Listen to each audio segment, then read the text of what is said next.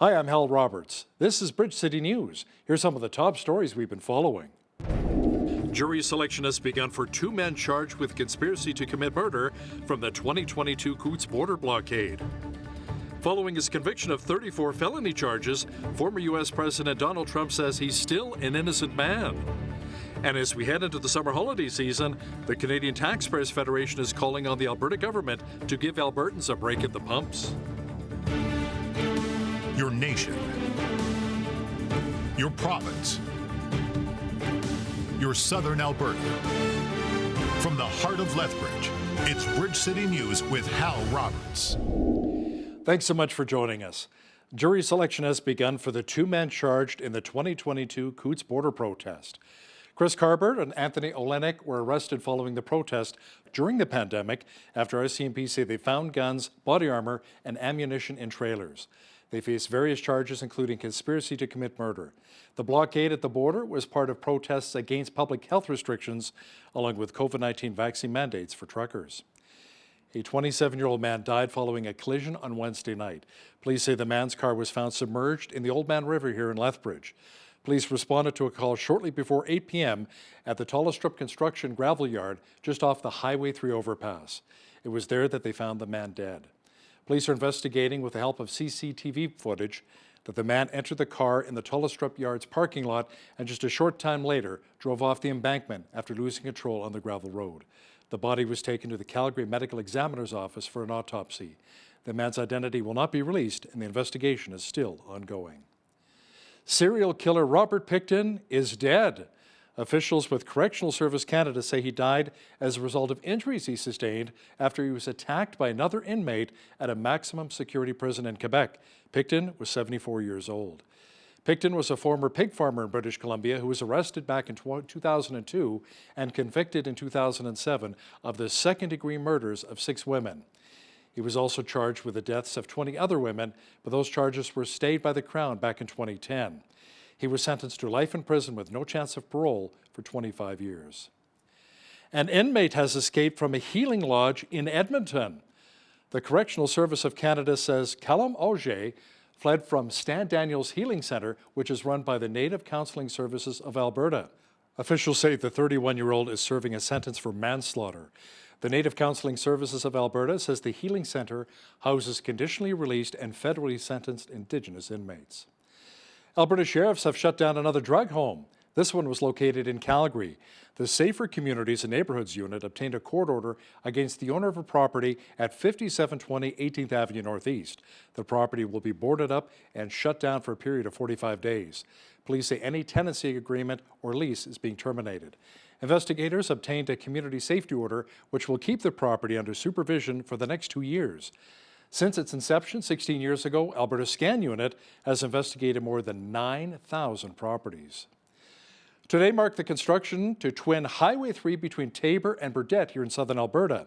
Transportation Minister Devin Tereshan says the twinning of the highway from Medicine Hat all the way to British Columbia and the border is vital for our economy and addressing safety concerns for motorists. There's obviously local safety issues that can now be well addressed by not having head-on traffic. Everybody on the same direction is going in the same direction on the same side of the highway. So on a safety side of things for people and families that live in this area, it's just a huge announcement, as well as for the economics of the entire province, for this to really be that key economic corridor for the province. So I know we can get into specifics maybe later, but I know there's going to be a major realignment near Grassy Lake and Highway 877. Probably just a complete bypass going around there.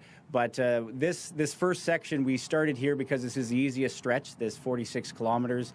The other 7 phases are in different parts of designing and engineering. And obviously we want to see them completed as soon as possible. Officials say that stretch of highway and Highway 3 between Taber and Burdett sees up to 5,000 vehicles per day. The Canadian Taxpayers Federation says the Alberta government really needs to help make life more affordable and cut taxes.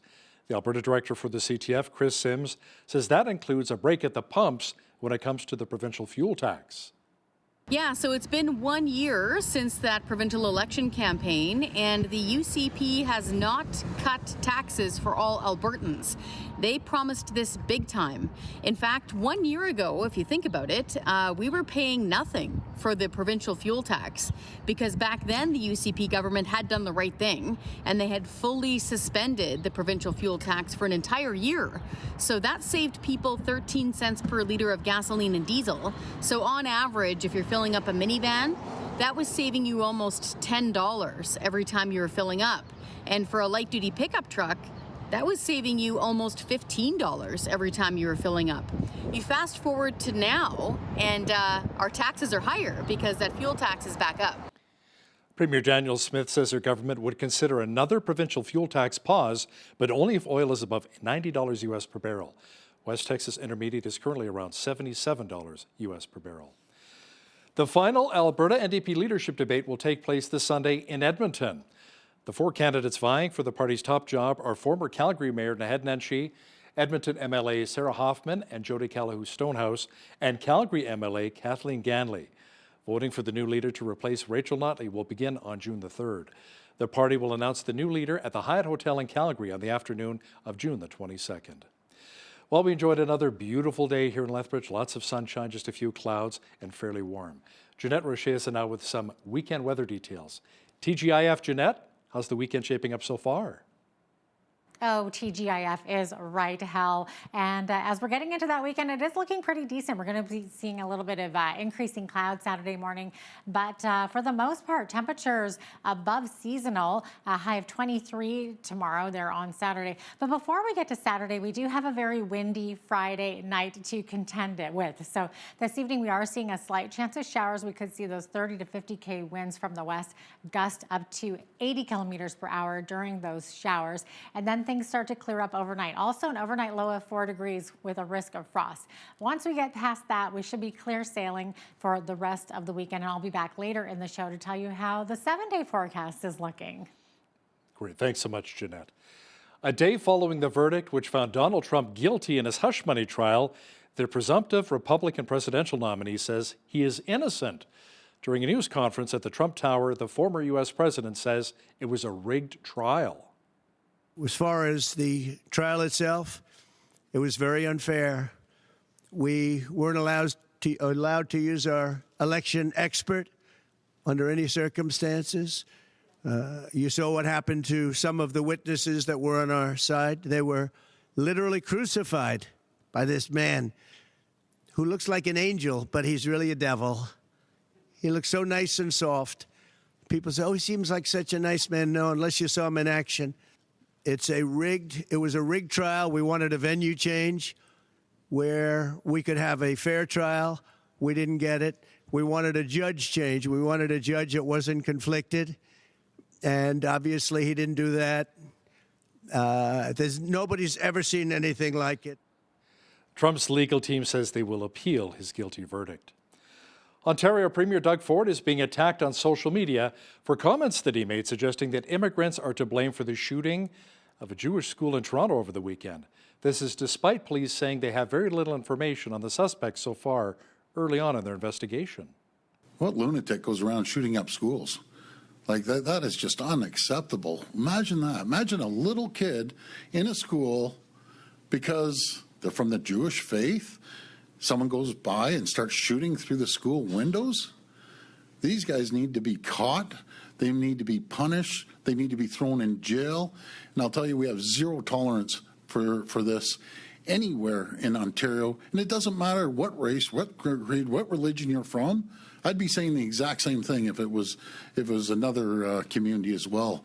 But enough is enough. You're bringing your problems from everywhere else in the world. You're bringing it to Ontario, and you're going after other Canadians, as the Prime Minister said. Unacceptable. I got an idea. Before you plan on moving to Canada, don't come to Canada if you're going to start terrorizing neighborhoods like this. Simple as that.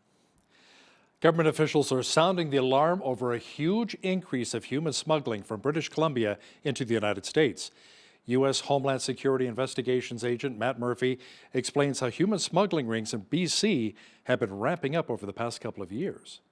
It's something that we've really seen in the last 2 years. So I think last year, we had record high numbers, for higher numbers than we had in a decade. And this year we're on pace to more than double that. So, these are kind of unprecedented numbers in this area. And yeah, we have been sounding the alarm, I think, because, our agency is, some of the lead investigators looking into these human smuggling networks. We're taking these cases to the U.S. Attorney's Office. We're working with U.S. Border Patrol and Customs and Border Protection when they interdict people to try and get more prosecutions. So we have been working with the U.S. Attorney's Office very closely, and they've been supportive. Teachers in Saskatchewan have rejected the latest contract offer from the province. 55% of teachers who cast a ballot voted against the tentative agreement. This comes following months of back and forth between the Saskatchewan Teachers Federation and the province. Teachers had already rejected another government offer earlier this month. May 31st, or today, is World No Tobacco Day. The aim of this initiative is to really raise awareness and highlight the negative impact of tobacco and new nicotine products have on children and young people. Dr. Brent Friesen, Provincial Medical Officer of Health for Chronic Diseases and Prevention and Harm Reduction, explains how this is affecting a lot of young Albertans. The focus of this year's World No Tobacco Day is around protection of youth and young adults from nicotine products. Major concern for us in Alberta with youth and young adults at this time is around the high rates of vaping that we're seeing in youth. Children in students in grades 7 to 9 are reporting experimenting with vaping. So vaping has increased significantly in our young population, and even of more concern, it's the the amount of vaping or nicotine vape that youth are consuming. The other thing that we're seeing, the research is showing, is that youth who start with vaping and that become addicted to nicotine, a certain portion of those youth will go on to smoke cigarettes as well. The nicotine does affect the wiring within the brain and potentially increases the susceptibility to other addictive substances. Counselors or health promotion educators, they have students who can't go for 90 minutes in terms of a class because without having to leave in terms of to have a vape break because of the seriousness in terms of their nicotine dependency. Dr. Friesen adds that programs such as Be Tobacco Smart are available in schools to really help young people from becoming addicted to nicotine. They're run by Alberta Health Services and supported by the University of Lethbridge. The Alberta Cancer Foundation has awarded a new recipient for their Breakthrough Fund. Calgary-based Oncopiotics was awarded $100,000 for the purpose of further cancer and microbiome research. The funding will help the research company become commercialized so that they can treat more patients with their discoveries. Oncopiotics, what they're going to do is they leverage their understanding and knowledge of the microbiome, and they've identified a way to enhance your gut's response that will enhance your immune system response in fighting cancer. So with this whole trend towards immunotherapy and Alberta's leadership in that space, along with Alberta's leadership in the microbiome, they found an incredible opportunity to increase, your body's response to fighting cancer, which is really revolutionary. The Breakthrough Fund is provided through philanthropy, and Alberta Cancer hopes to issue more funds in the near future to expand cancer treatment production around the province. The Big Truck Petting Zoo will take place Saturday at the Lethbridge Public Library's Crossings branch. The event, held annually, is a free family fun initiative that features vehicles such as fire trucks, excavators, and even waste collection trucks. The event is meant to educate people about the work of the city's public operations. It'll take place from 10 till 3 o'clock. If you have old electronics or half-empty paint cans lying around, you can get rid of them tomorrow. The City of Lethbridge is hosting its Household Hazardous Waste and Electronics Recycling Roundup on Saturday. It'll take place from 8 till 4 p.m. in the northwest parking lot of Park Place Shopping Centre. City officials say you can also bring along pesticides, cleaning products, aerosol containers, and automotive cleaning products. Batteries, used motor oil, and solvent stain will also be accepted, but items over 20 liters or 5 gallons, along with needles and biomedical waste, will not be accepted. In God's Word, Christians are instructed to make disciples by sharing the good news of the gospel with others. Now, sometimes it can be very intimidating, but it can be made easier by being authentic and vulnerable with other people. Dave Bowden, author of the book Parallel Faith, explains what this may look like. So when you're walking alongside people and you've got real relationship with them, they are then, before they make big decisions about God, they're often making little decisions about you and me.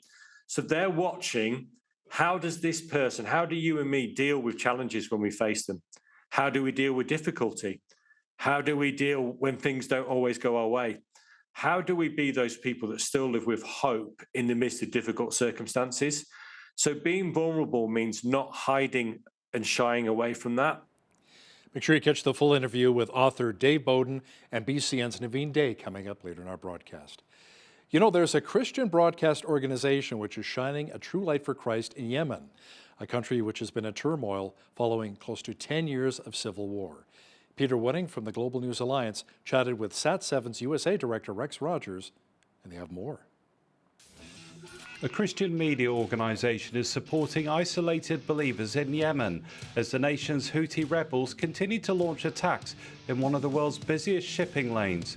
Broadcaster Sat7 is one of very few Christian broadcasters active in Yemen, a nation in turmoil after nearly a decade of civil war. Sat7's US President Rex Rogers says their goal is to make God's love visible to the entire region and to let the isolated Christians in Yemen know that they're not forgotten. We try to talk to what we call isolated believers. There's an estimate that you see from time to time about 40,000 Christians in the various regions of Yemen. And, you know, the Lord hasn't forgotten them, so we try to speak to them to say that the body of Christ, the church worldwide, has not forgotten them, that they're praying for them.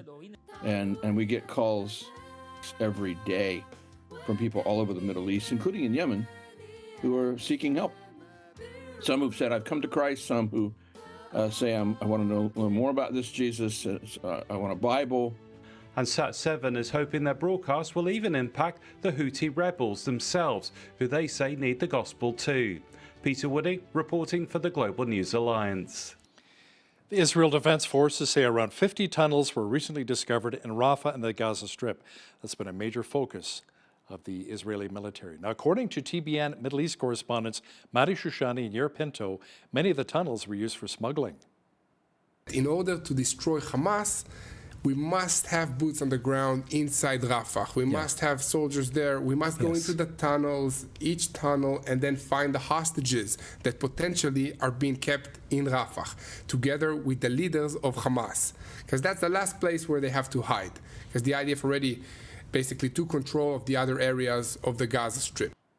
Praying that war comes to an end real soon. A number of rain clouds we've had here in Lethbridge may be leaving us just in time for the weekend.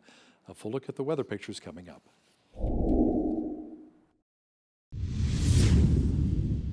We had lots of clouds here in southwestern Alberta, even some light showers in areas. Now, if you're thinking of an outdoor barbecue or maybe a hike this weekend, it actually might be a pretty nice weekend for it. Some of the rain clouds will be leaving us. Jeanette Roche is now with all of the weather details. Jeanette, we could easily see 20 degrees or warmer this weekend.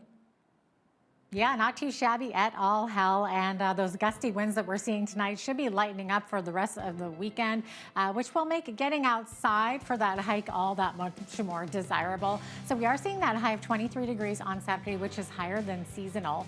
22 for the high on Sunday with mainly clear skies, down to 21 on Monday, 19 on Tuesday, and then that's when we're going to jump right up there into those more summertime-like temperatures. High of 26 degrees on Wednesday, up to 29 on Thursday, which is lovely. That's going to feel more like July there. So average high for this time of year, 20 degrees, average low 7. 30, that was our record high on this day, happening back in 1956. And in 1982, we had a chilly -1, which was the record low for this day.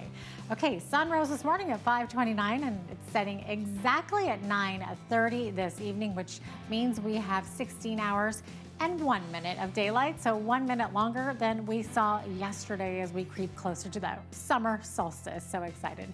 18 for a high in Victoria tomorrow. We're seeing periods of showers in the morning, then lightening up.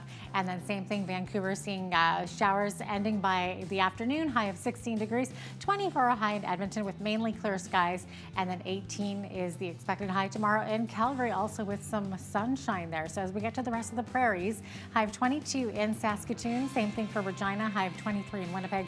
We're seeing sunny conditions all throughout the prairies tomorrow.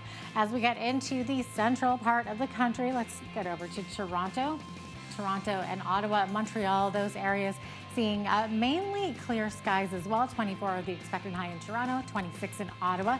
Same thing for Montreal, going to be nice and hot. Actually, Ottawa also seeing a humidex of 29, so going to be a hot, humid one there.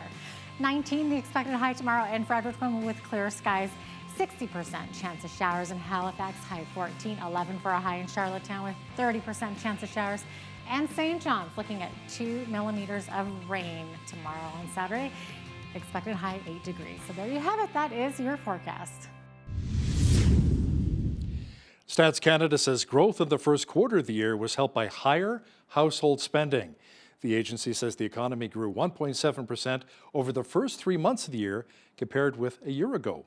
Household spending increased 0.7% as spending on services rose 1.1%. The agency's early estimates for the economy last month points to a growth of 0.3% for April. Sea-Doo and Skidoo maker BRP says it is planning on reducing inventory after reporting a first quarter loss. The Quebec-based company says it will lower production to reduce network inventory amid current economic challenges. BRP posted a net loss of $7.4 million for the quarter. That is down from a profit of $154.5 million from 2023. Company officials say the results are in line with expectations and anticipate dealers' profits to come under further pressure later this year. A registered psychologist says retirees who return to the workforce are looking for more routine, structure, and learning opportunities. The founder of Top 60 Over 60 says folks who are willing to continue in their jobs or want to find something different should be encouraged to do so. Helen Hirsch Spence says retirement at 65 is simply an antiquated notion. She suggests companies allow flexibility for older workers to combat myths that stigmatize their comeback. Now, here's a look at today's markets. The TSX was up 197 points on the day to finish at 22,269. The Dow was up 574 points to 38,686. The S&P 500 was up 42 on the day to 5277, and the Nasdaq was down 2 points to 16,735.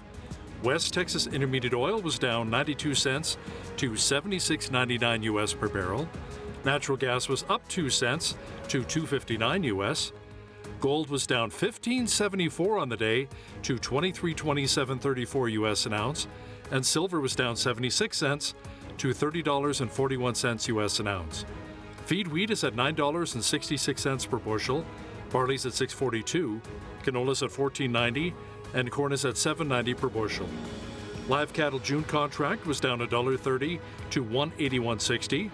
Feeder cattle August contract was down $2.68 to $256.40, and lean hogs June contract was up $1.98 to $101.68.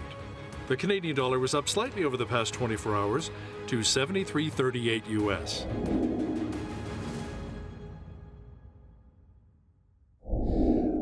Recapping one of our top stories, serial killer Robert Pickton is dead. Officials with Correctional Service Canada say he died as a result of injuries he sustained after he was attacked by another inmate at a maximum security prison in Quebec. Pickton was 74 years old.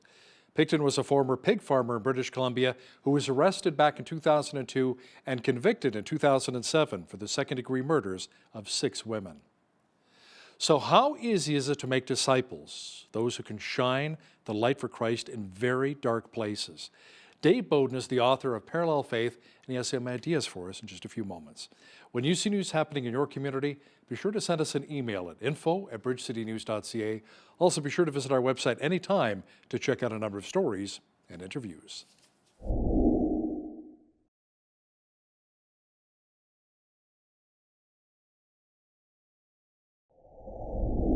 The Bible instructs us to make disciples of all nations, sharing the good news of Jesus Christ with them.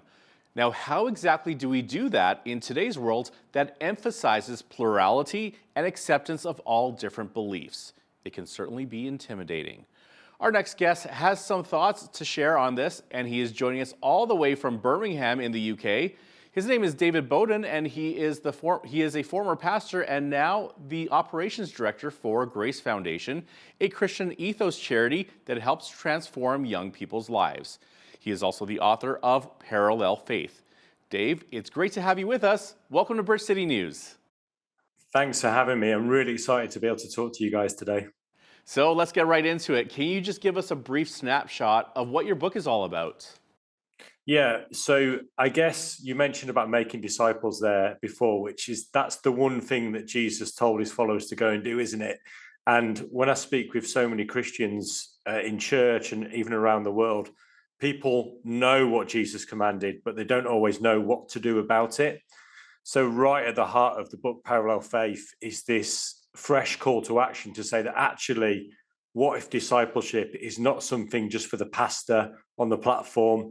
It's not something to be pigeonholed into a sort of discipleship meeting on a Tuesday night between 7:30 and 9:30 p.m. It's something that every Christian can do every single day. And what if discipleship was basically, how do we walk alongside other people, walk parallel with them on their journey towards Christ from any starting point? And once you begin to see discipleship as walking with people on a journey, it really changes the game of how we approach it as Christians. And that's the essence of what the book's about. Do you find that making disciples and sharing your faith with others has become more challenging over the last few years or even the past few decades?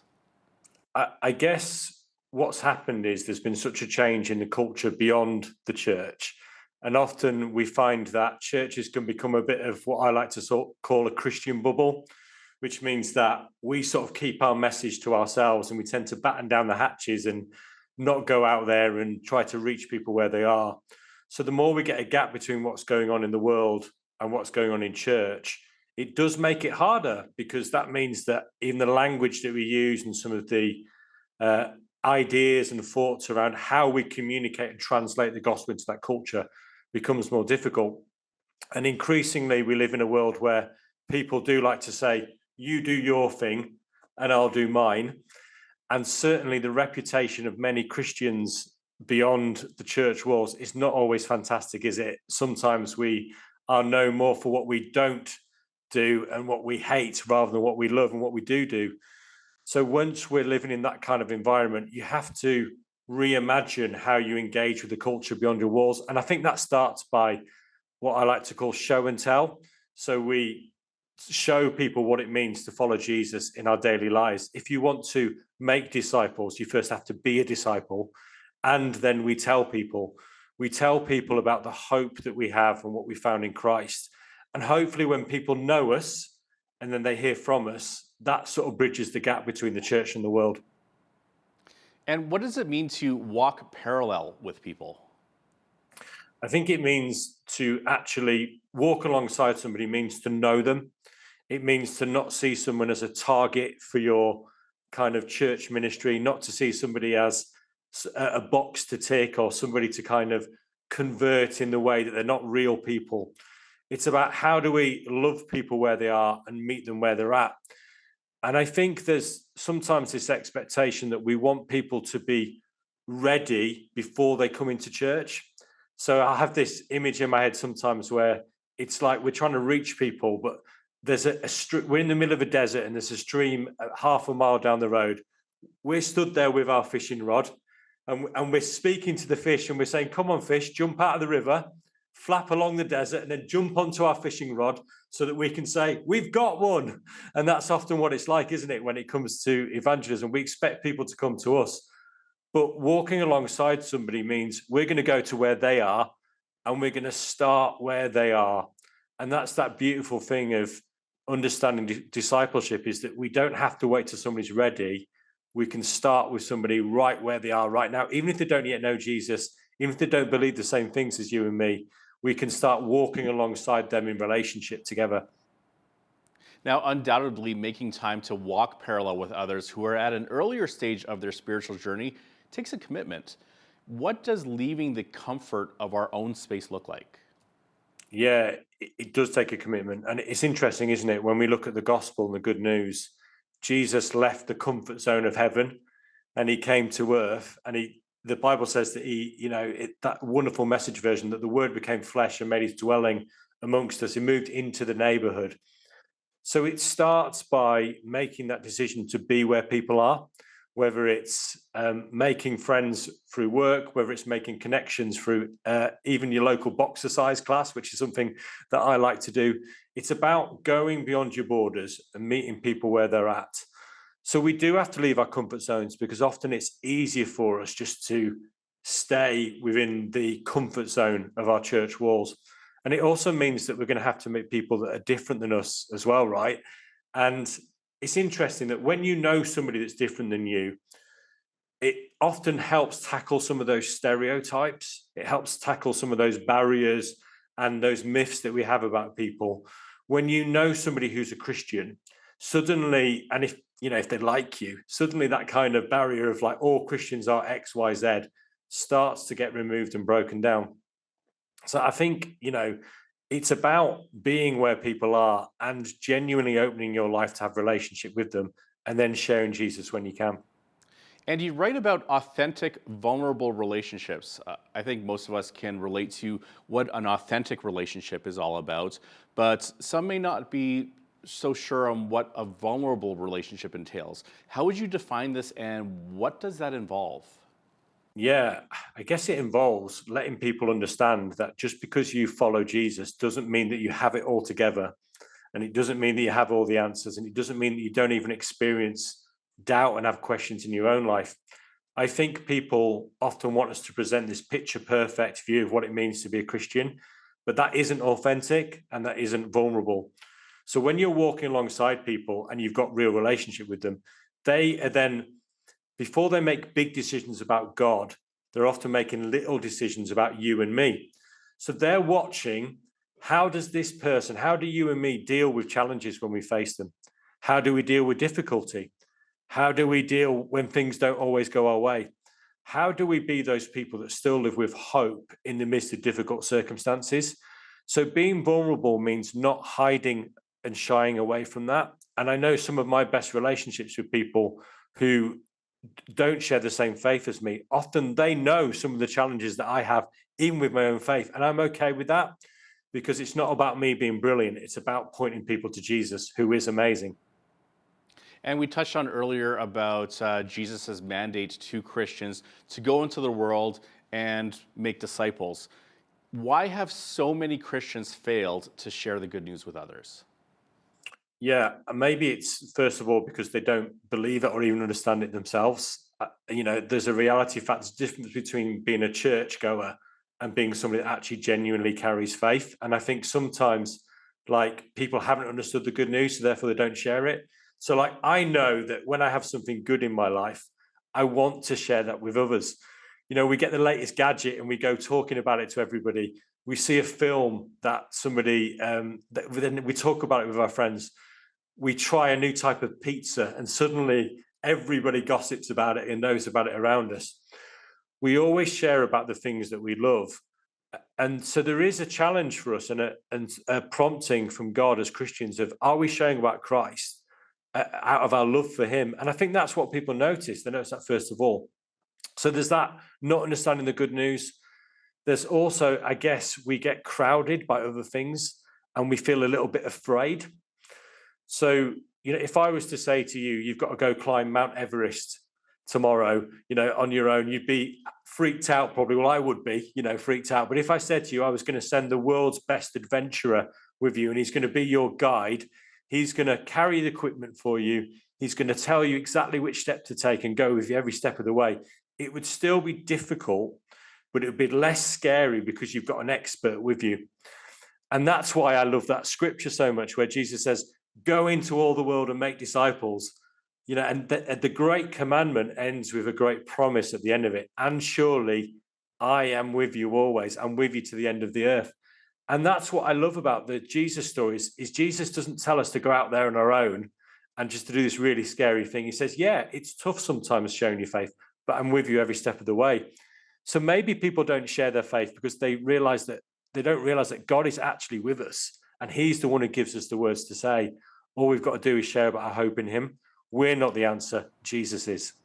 And when you're going through the Gospels and the book of Romans, the books of Acts, and Paul's letters to the churches, it seems like the good news was such hype and such excitement at the time, almost like as if we're hyping about the latest iPhone that just came out.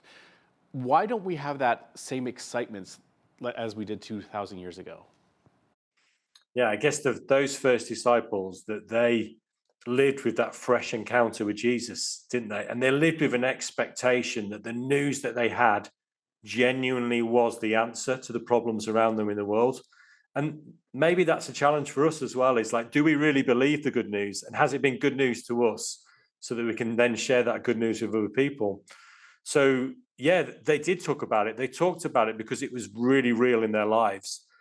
And also, particularly in the West, is we have lots of other things as well as our faith, don't we? So we like to almost customize Jesus, and we say have a little bit of Jesus and a little bit of this and a little bit of that as well.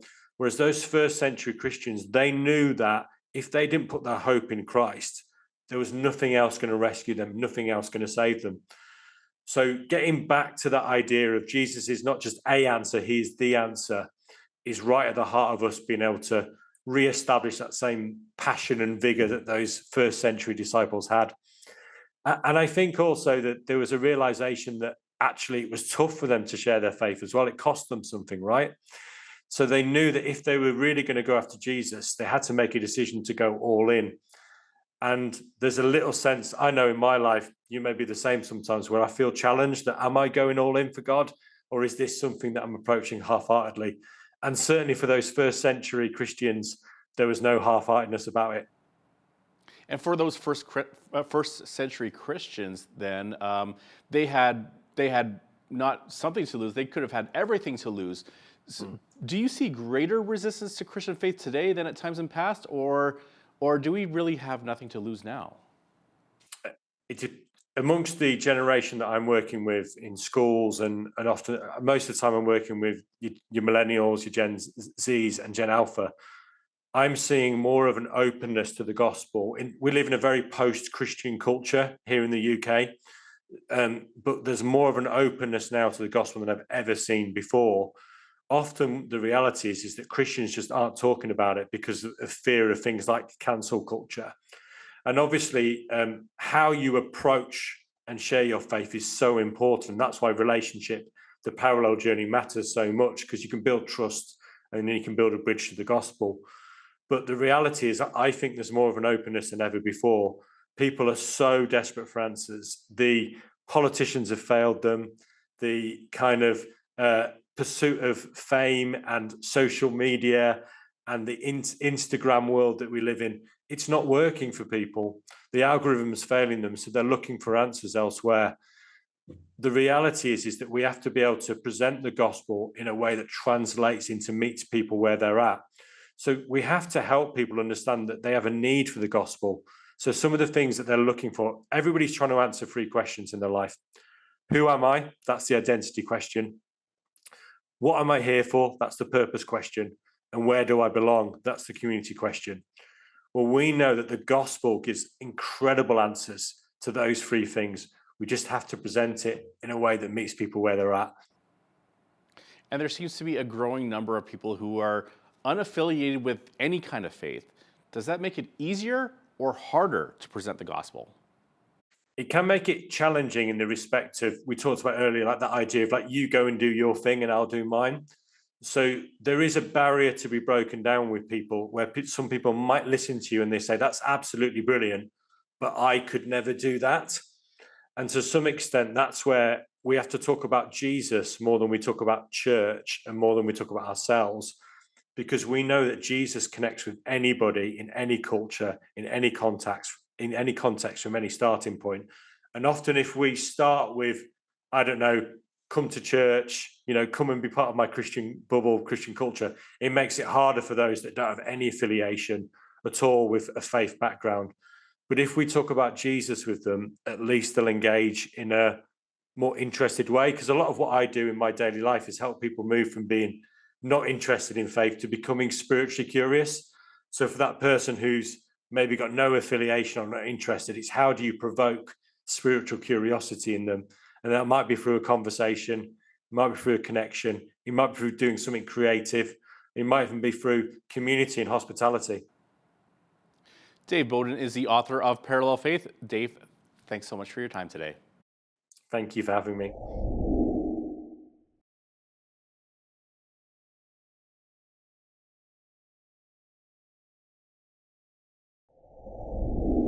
Eyesight is something we should never take for granted, certainly a key aspect to life.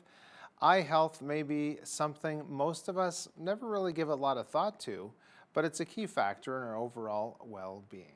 Joining us today to talk about eye health is Dr. Olivia Vergitz.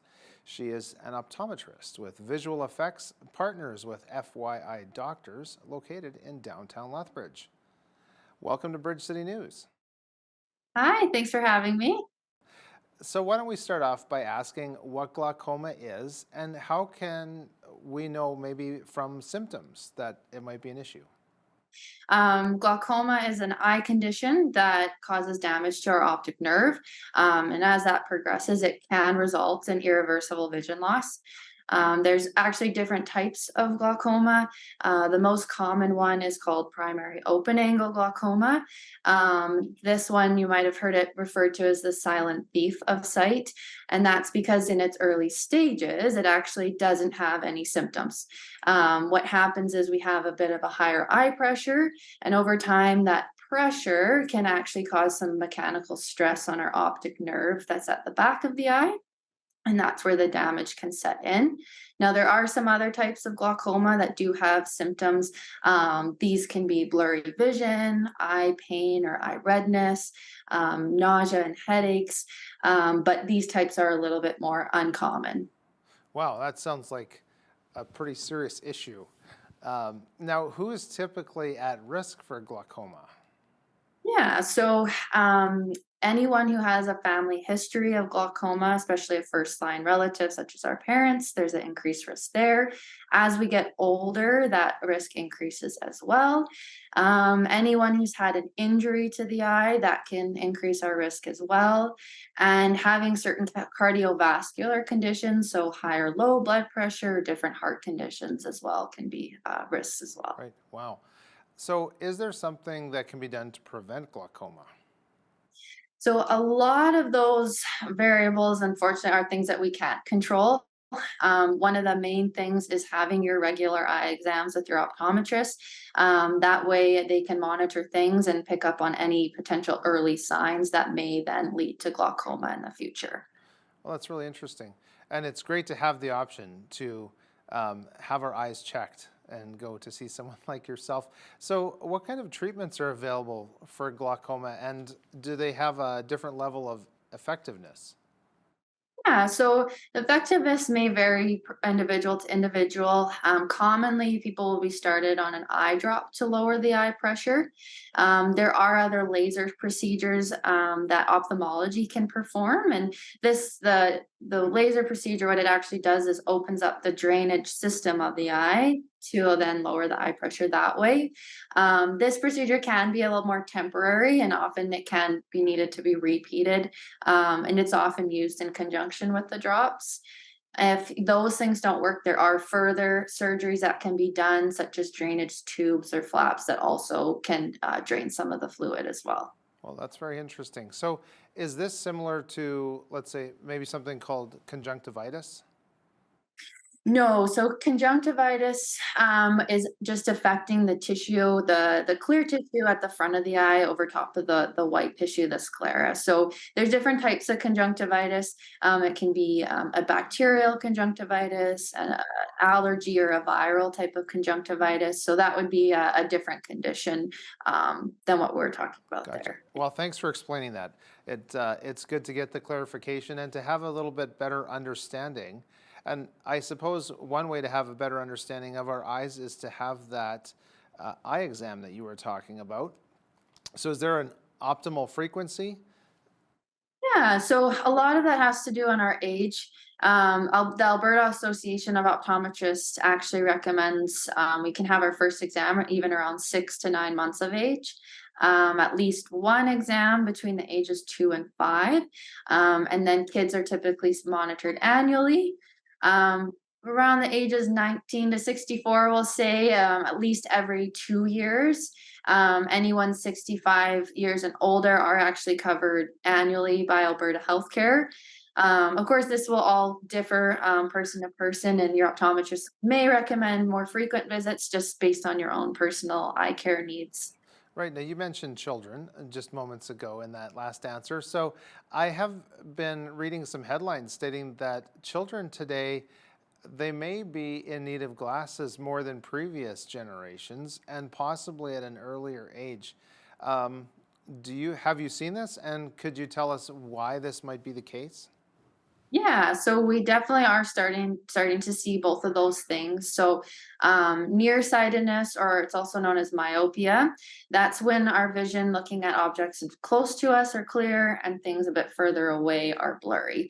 What we've been noticing is that now that technology is becoming a much bigger part of our lives, especially even kids as well, whether it's looking at a phone, a tablet, TV screens, rather than playing outdoors, compared to maybe some of the previous generations, we're finding this has a link to increase in developing this nearsightedness. And so trying to limit those activities or breaking up the time we're doing those, that can help slow down either the progression of nearsightedness or from it starting in the first place. Right. So then, speaking of that, is there things that we can do to help our eyes stay strong and be healthy? Yeah, absolutely. So that the biggest one I just mentioned, the screen time for children. Now having outdoor time is good. Of course, when we're outdoors, wearing sunglasses, protecting the eyes from the UV sunlight, that can cause different eye progressions or eye conditions to show up, such as cataracts earlier in life, things like macular degeneration. So that's where sunglasses are very important. Having a healthy diet and lifestyle. So staying active, eating leafy green vegetables, things with lots of vitamins like bell peppers, citrus fruits. Smoking can be a big thing that can cause eye conditions, especially macular degeneration. So trying to avoid cigarette smoking. So those are kind of the main things that we can do on a day-to-day basis to keep our eyes healthy. So you had mentioned macular degeneration. Yeah. That sounds kind of frightening. Can you give us a description of what that is? Yeah, so the macula of our eye is at the back of the eye. It's the central area of our retina. And over time, we can notice some damage to that area of the eye. And that things that can cause that are the family history, UV sunlight, smoking, not getting enough antioxidants to protect that part of the eye. And so the trouble with that condition is it's affecting that central vision. So what the vision rely on the most to see details and that type of thing. So it can, and as it progresses, become definitely a visually devastating condition. So that's definitely one we want to try to catch early and monitor. Yeah, really sounds very important to have maintenance, not just for other parts of the body, but your eyes. They're just such a critical component of our well-being. So it's really interesting to chat about these things with you because we may not always think about that. And one of the things, of course, I don't wear glasses or contact lenses, so I don't really think in terms of do you have any advice for those who wear contact lenses and maybe related infections? But what's your advice there? Yeah, so the biggest advice I could probably give there is to follow the recommendations and guidelines that your prescribing optometrist has provided you. So not following these guidelines can lead to increased risk of infection, not getting enough oxygen to the surface of the eye, and that can lead to new blood vessel growth. And both of those things can lead to permanent vision loss as they progress. So those common guidelines are going to be not sleeping in your contact lenses, having proper hygiene and cleaning the lenses, and then also not extending the length that you're using your contacts for. So if it's a daily lens, not wearing it more than that 1 day, and then monthly lenses, once that 30 days of using that lenses is up, making sure we're switching to a new fresh lens. Wow, those sound like really important things to keep in mind. I wanted to ask you about dry eyes. And I don't know if that's a regional thing, but it's something that I hear a lot about here in southern Alberta. What do you have to tell us about dry eyes? Yeah, so definitely where we live, we'll see a higher amount of dry eye just because of our environment. It's very dry climate, very windy. So those types of things will definitely play a factor into it. Um, Again, there's lots of things we can do for dry eye. That's been something that there's been tons of research going into. So of course, there's the things we can do at home, such as eye drops and warm compresses, omega-3 supplements. But we actually have a lot of in-office treatments nowadays that our optometrists can perform if those things aren't helping our symptoms enough. So we're lucky to see that progression and that development with the research to have more things available to treat it. Right. And so you mentioned the word research, which brings me to my next question about new developments with contact lenses that has come from some different research. Now, apparently this new development for contact lenses can actually help stop the progression of nearsightedness in children. Could you talk a little bit about that? Yeah, so that's definitely correct. We have lots of options nowadays for what we call myopia control or controlling that nearsightedness progression. So the contact lens specifically, so how they differ between just the normal contact we think about is they include some treatment zones within the lens, and that's been shown to slow that progression and that lengthening of our eyeball, as long as we're wearing the contacts for the recommended period of time. Well, that's interesting. Now, this one, it still has to do with eyes, a little off topic, but I've some of my friends that work in the trades, they have the choice of safety squints or safety glasses. Can you talk a little bit about even people with hobbies or working in the shop about how to protect our eyes with safety glasses and other things like that? Yeah, so safety glasses are really important, especially when we're dealing with work environments like that. We often see people coming in that deal with metal work and they're getting little foreign bodies, metal in the eyes, and depending where that metal lands, it can leave scars and that type of thing. So the more that we can protect that things from getting into our eyes like that, the healthier they will be. Protecting them from trauma as well, if we're in a workplace where those incidents can happen as well. Yeah, the safety glasses are always better than safety squints, that's for sure. So I wanted to ask you about cataracts. And I'm sure that technology has come a long way over the last 30 or 40 years. But I wanted to ask you, can you tell us the cause and maybe the age that cataracts tend to start at? Yeah, so cataracts happen when the lens inside our eye starts to become clouded. Most commonly, this occurs with age. So that'd be the most common cause of the cataracts. UV sunlight is something that can cause cataracts to increase.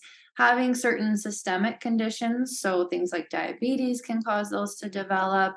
There are some medications that can cause cataracts to develop earlier. And there actually are some congenital cataracts. That's not as common, but some kids are actually born with the cataracts. Wow. And so do sunglasses, like actually good, like polarized lenses, do those actually help from maybe preventing the formulation of cataracts? Yeah, so anything anytime we can keep those sunglasses on that have that 100% UV protection, it's going to filter that light out before it gets to the lens in our eye. And then by doing that, yeah, it can slow down that development or progression of cataracts. Interesting. I've never thought of that being a benefit of some good polarized lenses and sunglasses. Now, a lot of people go for cataract surgery. How much of a process is this? And is there a large success rate to these surgeries? Yeah, so nowadays, cataract surgery is very successful surgery to have done. It is a day surgery, so typically one eye is done at a time, and it usually only lasts about 10 to 15 minutes per eye. And so, yeah, absolutely, that success rate is much higher now. There's different technologies. Our surgeons are very successful and good at what they do. Yeah. Oh, that's great. Now, the one thing we haven't talked about is laser eye surgery. That's become quite popular. What can you tell us about that? Maybe how long it lasts? Is it a forever cure? So the kind of length of it lasting that can vary person to person. We're finding a lot more success nowadays with laser eye surgery, and a lot of that has to do with the preoperative assessments they put each individual through. That way, they can first determine if you're a good candidate for it, which has shown the success rates to increase. So typically when someone has laser eye surgery, it's correcting for their distance vision. So there's a very high percentage of people getting to 20/20 vision once having that surgery done. What they might notice later in life, or typically will notice, is what we call presbyopia. And that's where everyone starts to lose the natural focusing ability of her eye. And so at some point, they may need reading glasses once that starts to set in. Gotcha. Well, that's all the time we have for today. Dr. Vergets, thank you so much for being with us today. Thank you so much for asking me to be here. Dr. Olivia Vergets is an optometrist with visual effects, partners with FYI Doctors here in Lethbridge. I'm Michael Clausen, and on behalf of all of us here at Bridge City News, thanks very much for watching.